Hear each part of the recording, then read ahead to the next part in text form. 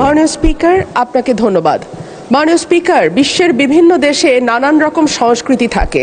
নাচের সংস্কৃতি, গানের সংস্কৃতি, অভিনয়ের সংস্কৃতি, কবিতার সংস্কৃতি।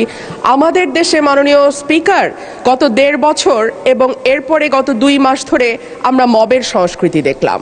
আমরা দেখলাম বাংলাদেশ ব্যাংকের গভর্নরকে মব করে সরানো হয়েছে। আমরা দেখলাম বাসসের প্রধানকে মব করা হয়েছে। বরিশাল আদালতের প্রাঙ্গণে মব হয়েছে। সুপ্রিম কোর্ট লয়ার্স রুমে মব হয়েছে। ডেইলি স্টার, প্রথম আলো ভাঙা হয়েছে।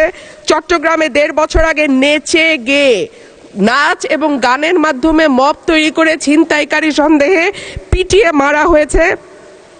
কুষ্টিয়ায় একজন কথিত পীরকে পিটিয়ে মারা হয়েছে কিছুদিন আগে। মাননীয় স্পিকার, আমাদের সম্মানিত মাননীয় স্বরাষ্ট্রমন্ত্রী আজকে উপস্থিত আছেন।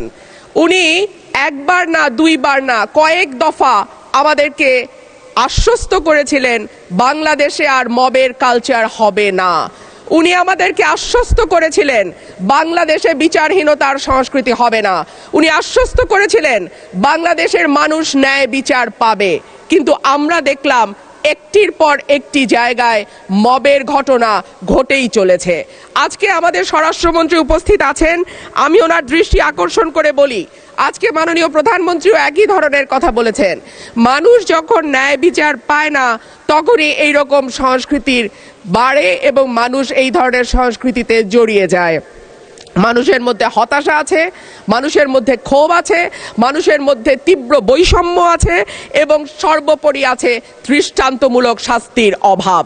গত 1.5 বছর আগে চট্টগ্রামে মব করে যেই লোকটিকে পিটিয়ে মারা হয়েছিল তার বিচার এখন পর্যন্ত হয়নি মাননীয় স্পিকার।